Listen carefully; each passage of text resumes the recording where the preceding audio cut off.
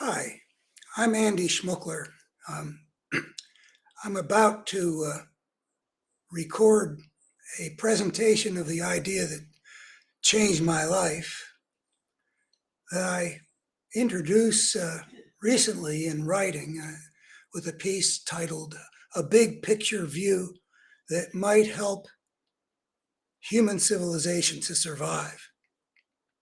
Uh,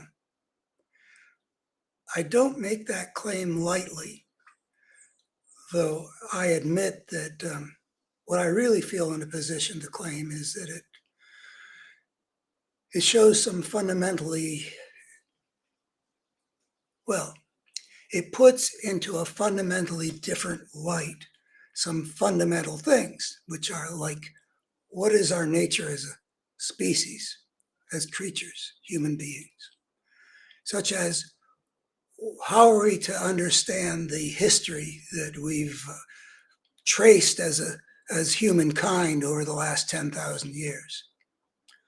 And how are we to understand the nature of the challenges that we face if human civilization is going to survive on this planet for the long haul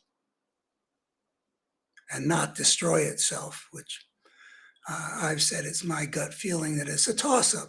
It could go either way, which is why I feel driven to put this idea out there into as many good minds as I can reach. Well, I say that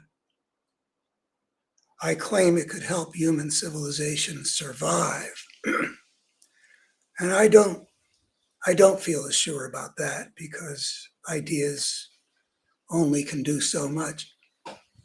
But I claim, and ask yourself, what would be the implications for the world if it were in our collective consciousness? Not that we ever, all understand things the same way, but if a substantial number of people understood these two propositions I'm about to present that I claim follow necessarily from what I claim I can demonstrate compellingly to be valid. First proposition is that any creature on any planet, anywhere in the cosmos, that embarks on the path of civilization will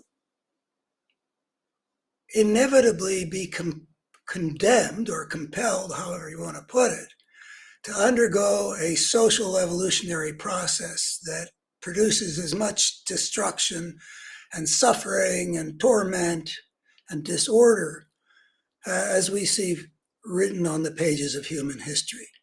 And I say that regardless of the creature's inherent nature, there's a dynamic that gets unleashed by embarking on the path of civilization that compels the process to unfold in a way that people didn't choose. And it's not a function of their nature.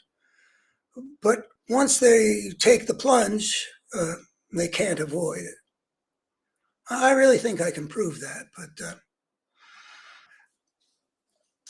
if you think that could be established in people's minds and that we would look at ourselves as creatures that have sort of plunged into some kind of a disorder that generates a force that drives the evolution of a civilization in the direction so that you could say that the spirit of the gangster plays a disproportionate role in shaping the civilization because of a systemic dynamic.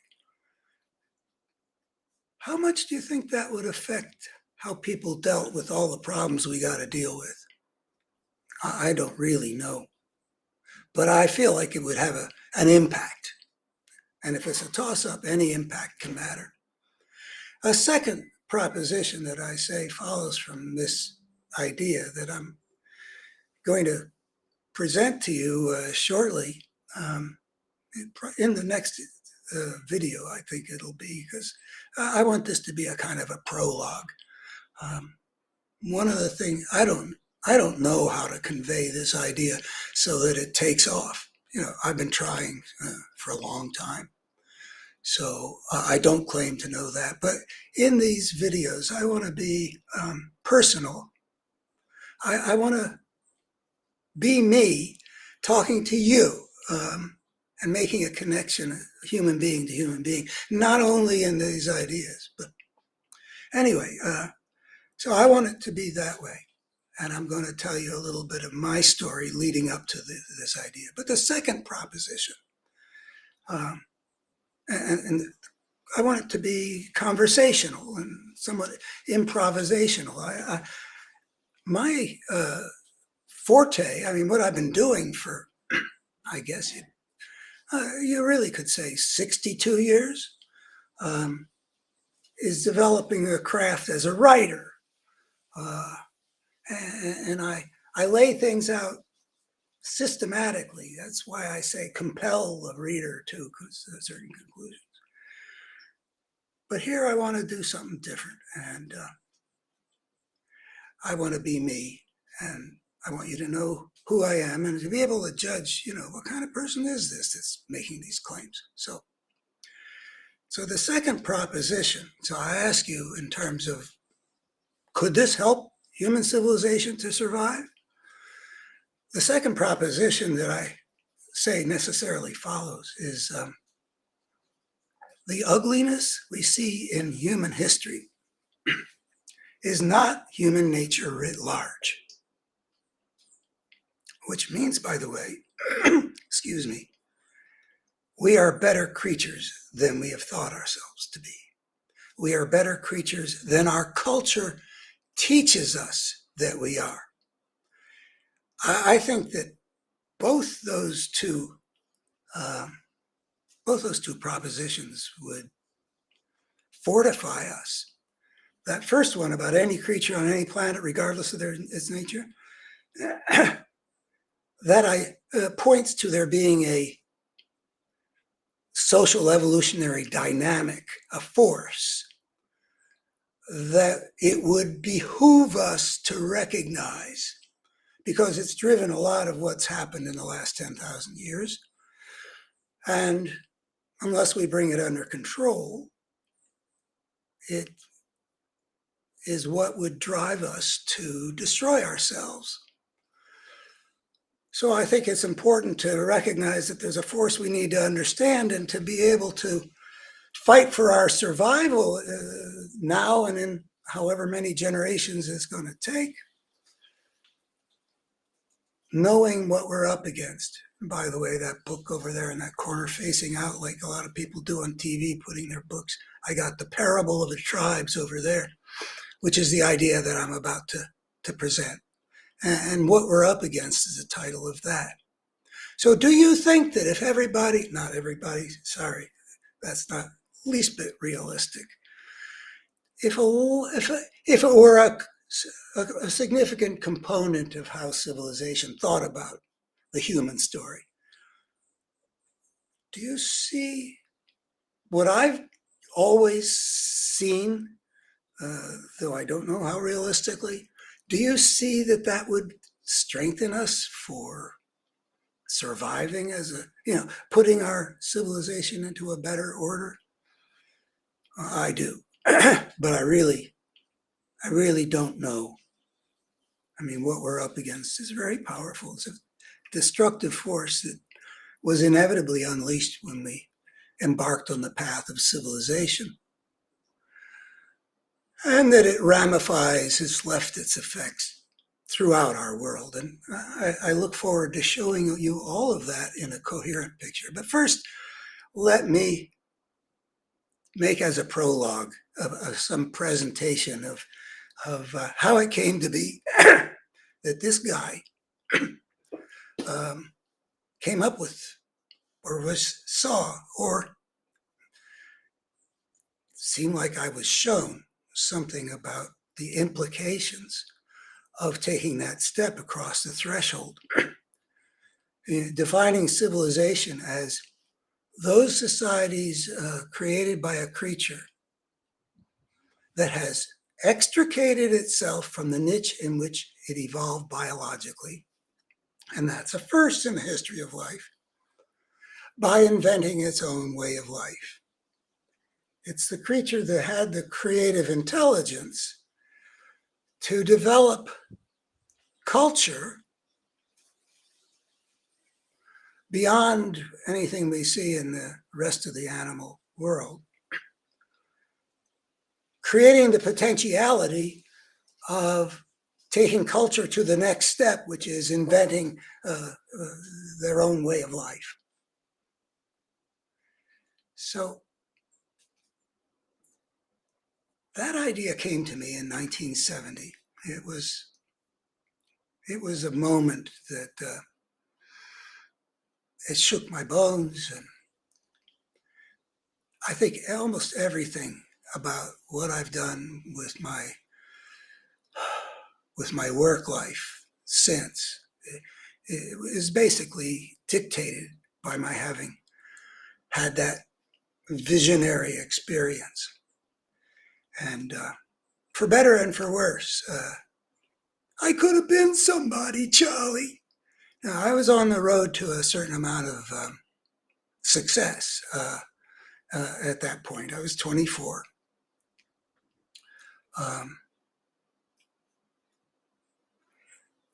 I was had Harvard and the University of Chicago and was on my way to Yale. I could have, been a thinker of some sort and been a success, whereas this experience led me into the wilderness. And, I'm still basically in the wilderness. You might be wondering, about if this guy had something that was a big deal and he got it in 1970, is it plausible that more than a half century later, I never heard of the guy? That is a big question. I've spent a lot of time on it. I've got some things to say about questions that I've looked at myself that I expect you to look at about the plausibility.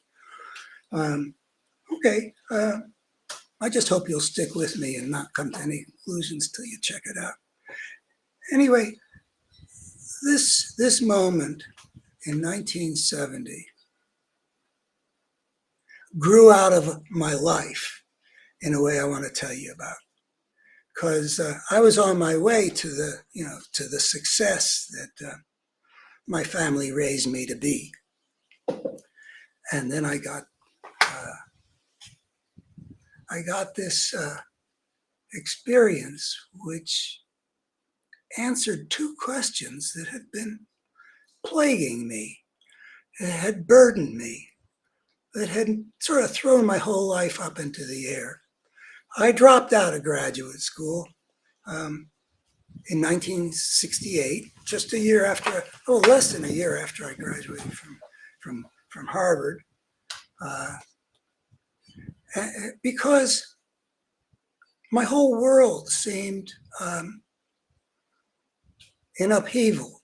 And it wasn't just mine. I mean, you look about 1968, I'm imagining I'm talking to people who weren't even born in 1968, though if you're my generation, hi, let's do our secret handshake. But 1968 is sort of, I don't understand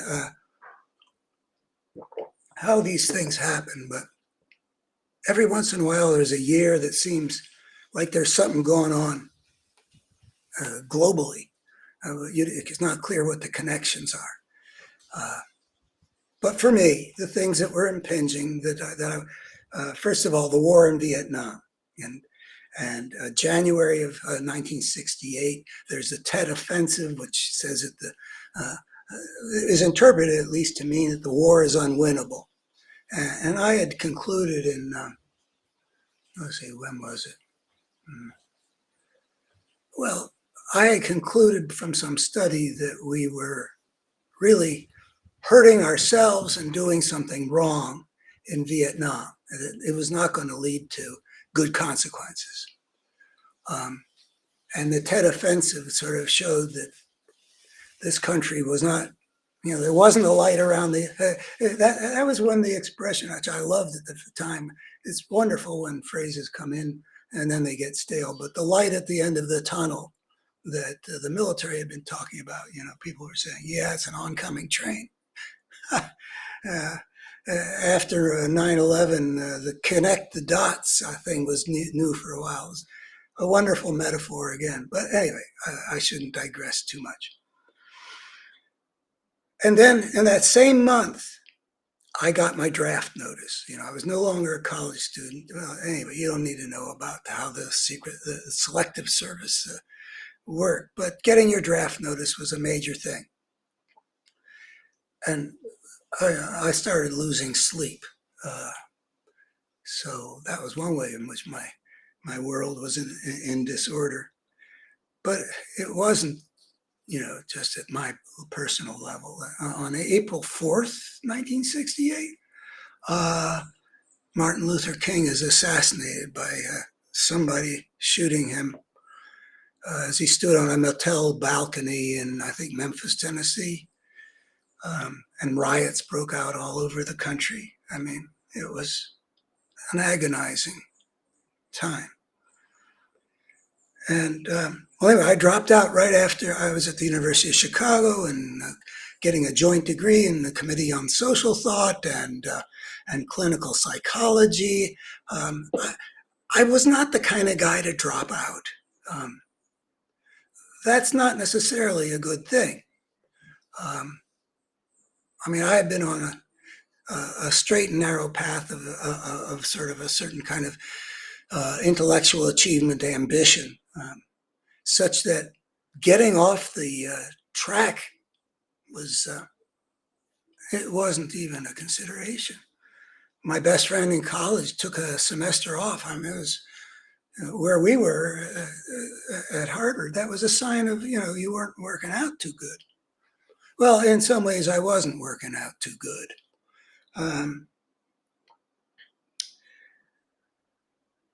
June 4th, 1968, Bobby Kennedy wins the California primary.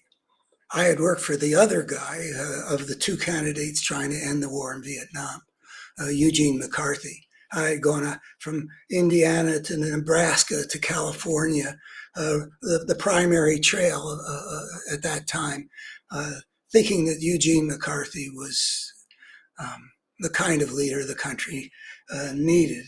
And he was in some ways a marvelous guy, but well, that's not important. Bobby Kennedy got shot and killed. The second Kennedy in just, what was it, November 22nd, 1963 to June 4th, 1968. You can do the math. It was a time of great pain for the whole culture. There was a certain amount of, and then I won't go into what was happening in Paris with a youthful uprising, because actually I don't have any deep understanding of what was going on in France and how that fits in with 1968. And is there a connection with what was happening with the Cultural Revolution in Mao's China? Well, I don't know. I wasn't thinking about that then, but there's an issue of the zeitgeist. Sometimes things that our human reality is so deep that things that seem to be disconnected, the evidence suggests that they are connected. So I'm going to give you a big piece of understanding the human world, but there are some big questions that I just keep on pondering, like the zeitgeist. In our times, what I see going on in the world around us, and I don't understand. I mean, I've written a couple thousand words about what I think is a piece of the answer, but why is it that fascism has been arising around the world in these times? I mean, we saw it happen in Brazil. We've seen it happen in Turkey. We've seen it happen in India. These are all countries that we've, to greater or lesser extent, been able to see a lot of the time in our era as democratic societies to one degree or another. And in every case, in the last 20 years, um, you know, we get a guy like Bolsonaro in Brazil, and Erdogan undoing Turkish democracy, and Modi in India with his Hindu fascism.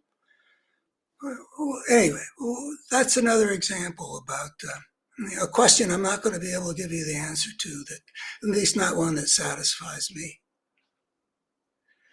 But the thing is that I was driving at in my conversational mode, which I hope works okay. Um, it's loud. It's more like jazz than Mozart quartet on sheet music. I enjoy it. I hope that it's enjoyable for you. Anyhow, I had grown up in an America that had, well, I took it for granted, of course, because that's what I knew. But we just won World War II. We were the most prosperous nation in the history of the world. We were the most powerful nation in the world. We had just been the good guys. I mean, there were big problems. There was, the oppression of black people that continued, and there was the McCarthy era and stuff like that. But there's a lot of repression and prudishness, and anyway, it was a mixed situation. And I grew up as a social critic. I was looking at that world and thinking, we should be better, which is true. But I also didn't recognize what the era of Trump compels one to recognize, which is we can't take a lot of those goodies about being a free society for granted. So it was easy for me growing up in that world where I lived in good neighborhoods, nothing fancy, but my father was a professor of economics, and we went from being kind of poor to being definitely middle class. And I went to high school, 1 year in Concord, Massachusetts, when my father was on sabbatical, but mostly in a Minnesota suburb of St. Paul, where the people were really decent and the teachers were good people. I mean, I still feel very fond of a number of the teachers and the coaches. Anyway, I took all of that for granted, and I was happy to move into a life where I would find my niche in the way things are, and do my best to do the work I believe in, and get the recognition that had always been a motivator for me. From the time I was a little kid, thinking I was going to be a great baseball player, and wanting to be 6'3" and 235 pounds, because then I could be professional. Football, baseball, and basketball. Those were the dimensions I thought was, I would have been happy, whatever my gifts turned out to be able to earn me in terms of gratification of a job well done and good, decent income.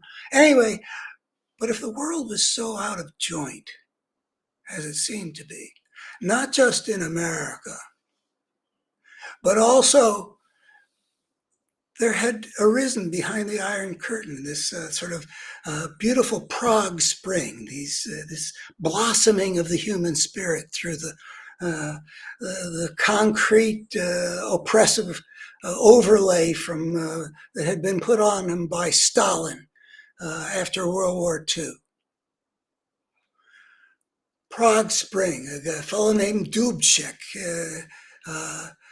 offering to put behind the Iron Curtain a degree of democracy and liberalism and freedom, and Soviet tanks crossed the border and rumbled into Prague and extinguished that bright human fire. So I was looking at it, and then the war in Vietnam every day on the newscast.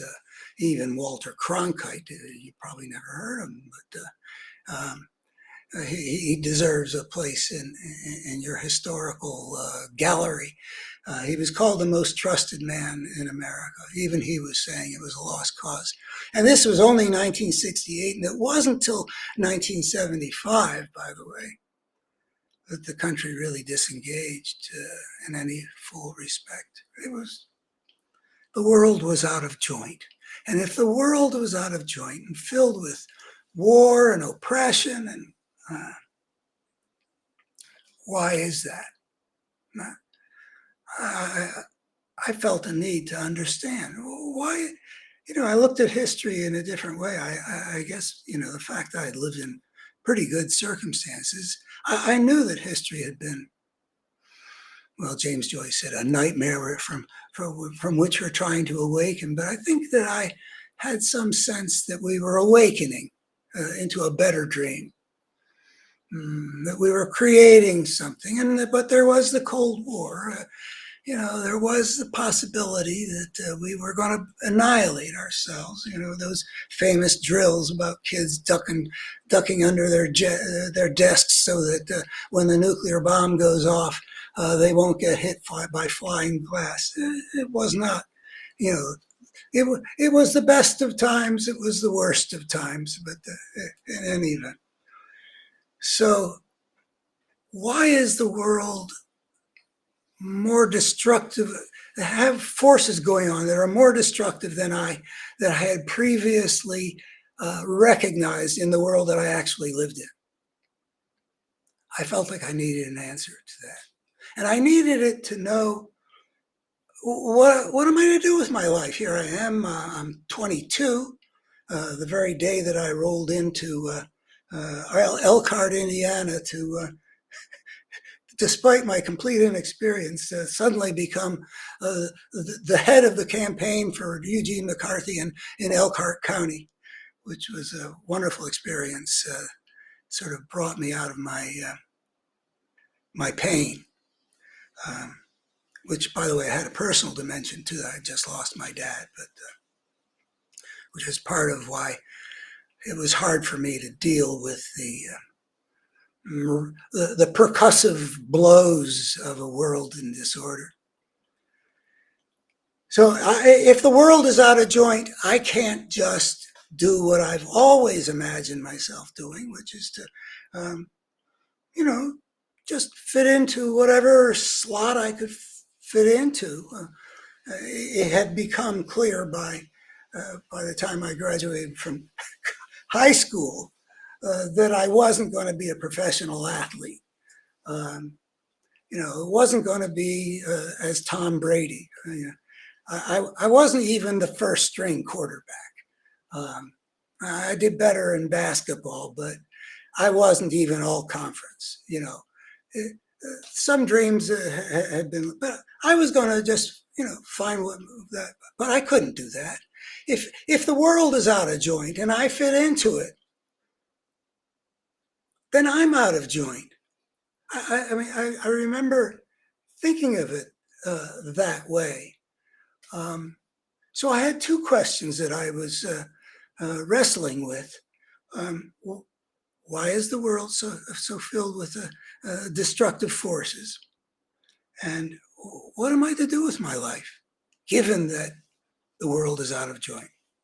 And then came that moment in 1970, which in one stroke answered both questions.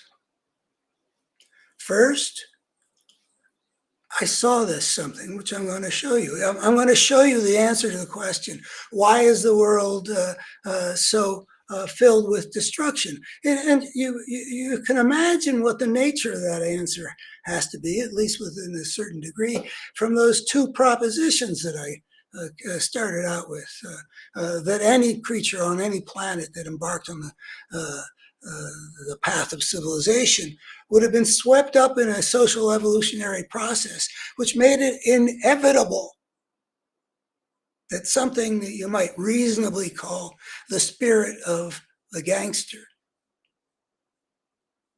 would get a disproportionate say in the direction in which that creature's civilization evolves.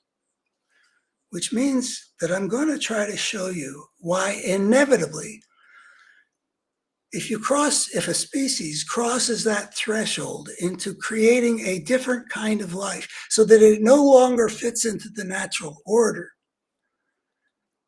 something really major is the consequence. And I ask you, does that intuitively seem, when I think about how we think about our history, evolution, and, primate, I'm not aware that our culture in general, and even in the thinking world, looks at that step onto the path of civilization as being so fraught, such a major thing. Never in the history of life, 3.5 billion years, has a creature invented its own way of life. Hunter-gatherers of, say 15,000 years ago, 10,000 years ago. Cultural animals, but they're still living basically the way their ancestors had. Not all the way back to the reptiles maybe, but primates. We split with chimpanzees 7 million years ago. Hunter-gatherers, a mere 10,000, 12,000 years ago. They were living in terms of their size, structure, and mode of subsistence, essentially continuously with that. They had language, they had tools, they had fire, but still, same size, structure, mode of subsistence. And all of a sudden, a creature this is my definition of civilization. Those societies created by a creature that has extricated itself from the niche in which it evolved biologically.